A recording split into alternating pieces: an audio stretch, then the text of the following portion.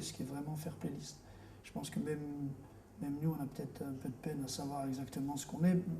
Je dis ça avec humour, mais je pense que c'est sérieux dans la mesure où comme on essaye de penser filière, qu'on essaye de toucher un petit peu à tout et qu'il manque des maillons de la chaîne, du coup on se retrouve, un coup, oui, label, un coup distributeur, un coup, voilà. Alors c'est vrai qu'on a un petit peu tout.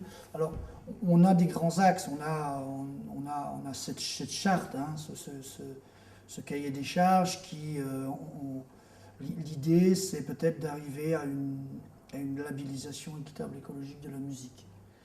Un artiste on puisse reconnaître tout le parcours du musicien dans le spectacle vivant, dans le disque, parce qu'on défend l'idée du disque, et dans le numérique, et dans sa diffusion en général, festival, salle de spectacle.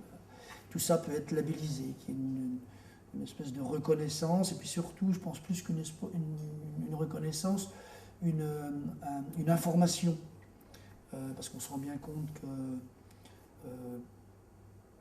les gens vont écouter des concerts, vont voir des spectacles, ou acheter des disques, mais n'ont aucune idée de l'économie.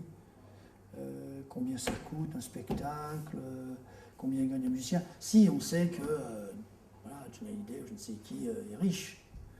Mais bon, à part ça, combien vend. On sait aussi que certains vendent beaucoup d'albums parce qu'on les voit à la télé, mais les autres, top 50, imagine 50 personnes, enfin 50, un peu plus, groupe, sur combien de centaines, de milliers de musiciens. Donc voilà, il faut informer. On est aussi, je pense qu'il y a une action politique dans faire playlist, c'est-à-dire que ça va au-delà simplement de diversité culturelle, écologie. C'est aussi de se dire que la musique a un rôle à jouer. La musique n'est pas simplement un produit marchand qu'on consomme et qu'on jette, mais que la musique est faite par des artistes et que ces artistes, on en a besoin dans une société.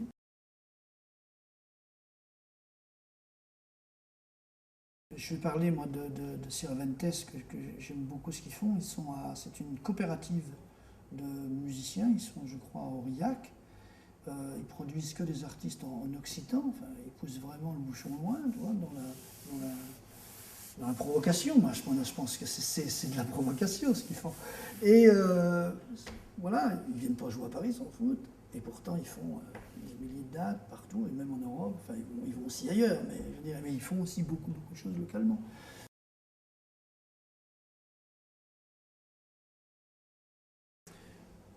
Via toute la réflexion et le travail qu'on fait sur un système de garantie, sur une approche comme ça très économique, sociale et solidaire, bien évidemment développement durable, je pense que revenir à des choses plus artisanales peut-être aidera justement. Nous, on n'est pas dans une position d'opposition au major, ou je ne sais quoi. Ils font leur métier. Mais quand les autres disparaissent, ça c'est un peu plus grave. Donc si nous, on peut, c'est ambitieux, mais si notre petite pierre peut faire que on soutient une certaine diversité, on soutient une certaine pratique de la musique, une certaine idée de l'artisanat de la musique, eh bien, voilà. Je pense que ça servira à les deux d'ailleurs, parce que certains pourront peut-être sortir et aller signer dans une major, on ne sait pas, mais voilà. Curieusement, on a l'inverse. On a quand même beaucoup de gens, sans les nommer, mais des gens comme Sanseverino ou Camille ou je ne sais qui commencent beaucoup de gens qui, dès qu'ils sont signés dans une major, ils ont un peu vite envie d'en partir, puis revenir à des choses un peu plus artisanales. Donc.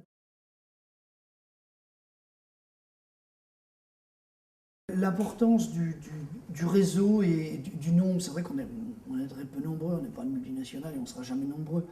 Par contre, ce qu'on essaie vraiment de faire, c'est travailler localement et de s'associer avec des tas de gens qui font des choses, qui ne sont pas forcément dans comment dire, ils n'ont pas forcément fait la démarche de l'économie sociale et solidaire. Non, ils ont eu une démarche parce qu'ils aiment la musique, parce qu'ils aiment les musiciens, parce qu'il y a des jeunes dans les quartiers qui font de la musique, et donc voilà, ça existe. Donc on essaye de lier tous les différents acteurs comme ça dans un quartier, dans une région, là, l'Île-de-France. Il se trouve qu'on a quand même plusieurs pôles, puisqu'on travaille beaucoup aussi avec Lille, et la région PACA avec le RIF. On a un collègue aussi qui travaille sur la région de Grenoble. On a la région PACA, puisque nous maintenant on est entre Nice et Paris. Donc au niveau des régions, il y a plein de petits groupes de travail qui travaillent sur ce sujet-là et qui prennent comme base de travail la charte musique éthique qui va, j'espère, aller en évolution, qui va pouvoir aussi, la charte musique éthique, elle sera téléchargeable, j'imagine, sur le site, mais qui est pour l'instant vraiment concentrée sur la production musicale, mais là on va l'étendre sur le numérique, sur le spectacle vivant. À savoir qu'il y a déjà, je crois qu'il y en a déjà pas mal parlé, des chartes qui existent sur les festivals, sur les concours festivals, hein. Mais nous on veut vraiment être sur les choses plus... comment je vais dire ça? Le festival est à un moment donné d'une semaine ou 15 jours. Les salles, c'est beaucoup plus complexe, c'est compliqué. La production, enfin, etc. Donc on va essayer d'étendre cette charte à tous ces différents acteurs. Et puis on a, tu sais, en ligne de mire Marseille, capitale européenne de la culture.